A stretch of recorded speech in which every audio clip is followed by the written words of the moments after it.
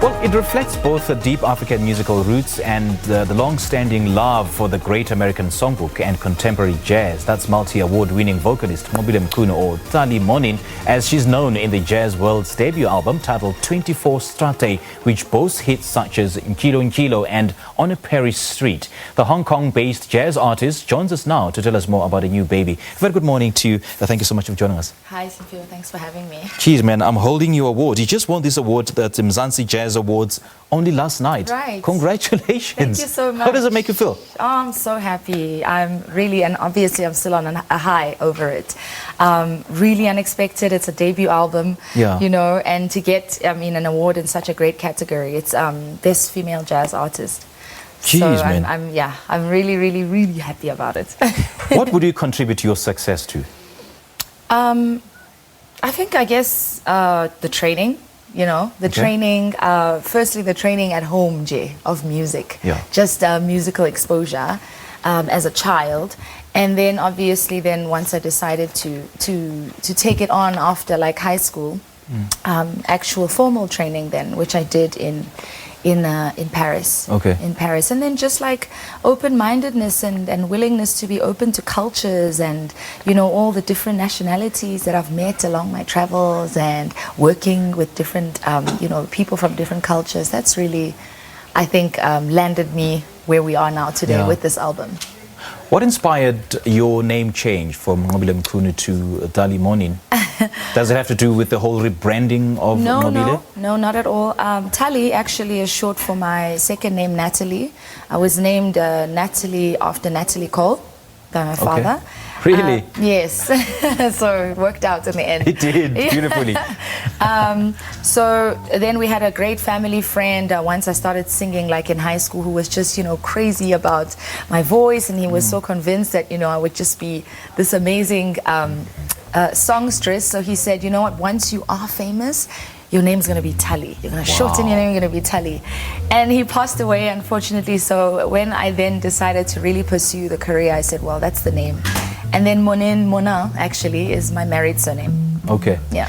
And now, at 24 Strathay, what inspired this body of work?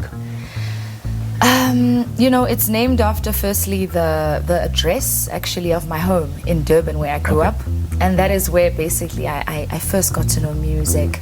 I really got introduced to this amazing thing that could convey so many emotions, joy, sadness, vulnerability, all this, and I think I just connected with it, and there were so many family members, uncles, aunts, who were always coming, bringing new music and stuff. And that really, I think, stuck with me. And it was such a wide variety of music, not only jazz.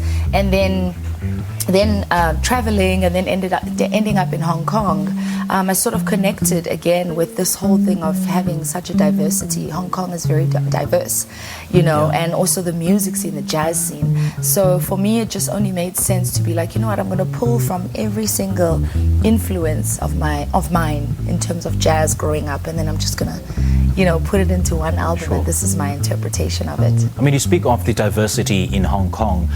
Not so many people know that people in Hong Kong actually have a liking or embrace jazz music. And little is said, really, about the culture of jazz in Hong Kong. Right. It is a small scene. It is a very small scene, and I think that for me was a good sort of a safe space for me to go and learn and train myself, because it wasn't like competing against this one and that one, which maybe a place like like New York would be more saturated, as it's known as the jazz capital. So and I think Hong Kong is growing in leaps and bounds in jazz as well. It's in its infancy, Again, you could never compare it to Paris and New York, but there's an openness. There's an openness to all things new, especially cultural, which I love about that place. And at the end of the day, jazz is just jazz music. It connects everybody. I mean, it's a universal language. Right. Yeah. Exactly. And speak to us about your relationship with Dan LaValle, who just happens to have co-produced this body of work.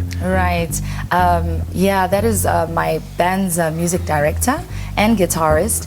And we actually started this project together. We were just performing together and formed a band together and really have, I guess, just the same language of music. We really quickly saw that we really bonded and we understood each other. And what I would, ask or an idea that I would sort of throw at him, he would quickly catch and be like, here's a song, this is a song, here's an idea, So this album was so much fun creating with him, And the most fun part was me sort of throwing South African songs at him. As an American, he's American, right. And being like, he has no context of it, no background of it, like I would, a song like Ntyilo, and see what his interpretation of it would be. Sure. And that's been really fun. Sure. That's been really fun. I love what we did with the song. Okay, just in closing, for those fans who might love to see you on stage, any chance that they might have seen that you're based in Hong Kong? Yes, I do come here on short stints, that's true. I think just, stay watching my social media. I do sort of keep people abreast on what's going on there. So as soon as there is any tour announced, it'll be up there. Okay. Yes, which will be really soon. And I'll be back in September again. We'd love to see you again. Yes. Thank you so much. Thank you so much. All right. I had one ear listening to her and the other ear listening to the background music, that double bass playing in the background. That's just a taste of what will be happening later on in the show. That was multi-award winning vocalist Nqobile Mchunu, or Talie Monin, as she's known in the jazz world, speaking to us about her debut album titled 24 Strathay. Now, this album reflects both her deep African musical roots and the long-standing love for the Great American Songbook and contemporary jazz. We'll have your sports news in a moment.